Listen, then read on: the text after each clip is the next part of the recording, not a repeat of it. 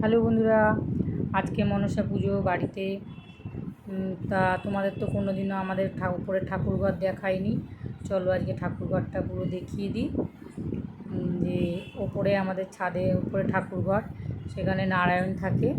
নারায়ণ, কৃষ্ণ, রাধা, যে রাধা কৃষ্ণ, তারপরে কৃষ্ণ, বলরাম, নারায়ণ, বজরংবলী, মা মনসা, মানে সব রকম ঠাকুরই ওপরে আছে, কোনো ঠাকুরই বাদ নেই। কিন্তু তবুও আমরা এখানে পুজো করতে পারি না, কারণ নারায়ণ আছে, তাই ছেলেরাই পুজো করে। এখানে আমরা সব জোগাড় টোগাড় করে দিই, গুছিয়ে দিই, শুধু ছেলেরা এখানে পুজো করে।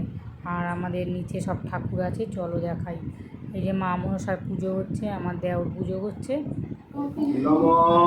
যা হচ্ছে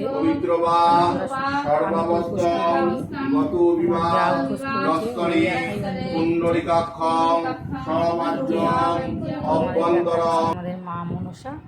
এই যে আমাদের নটা নাগ দিয়ে মা মনসা ঠাকুর মূর্তি।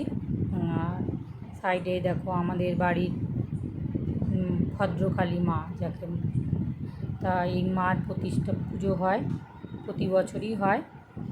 আর এই দেখো, ভিডিওটা ভালো লাগলে লাইক কমেন্ট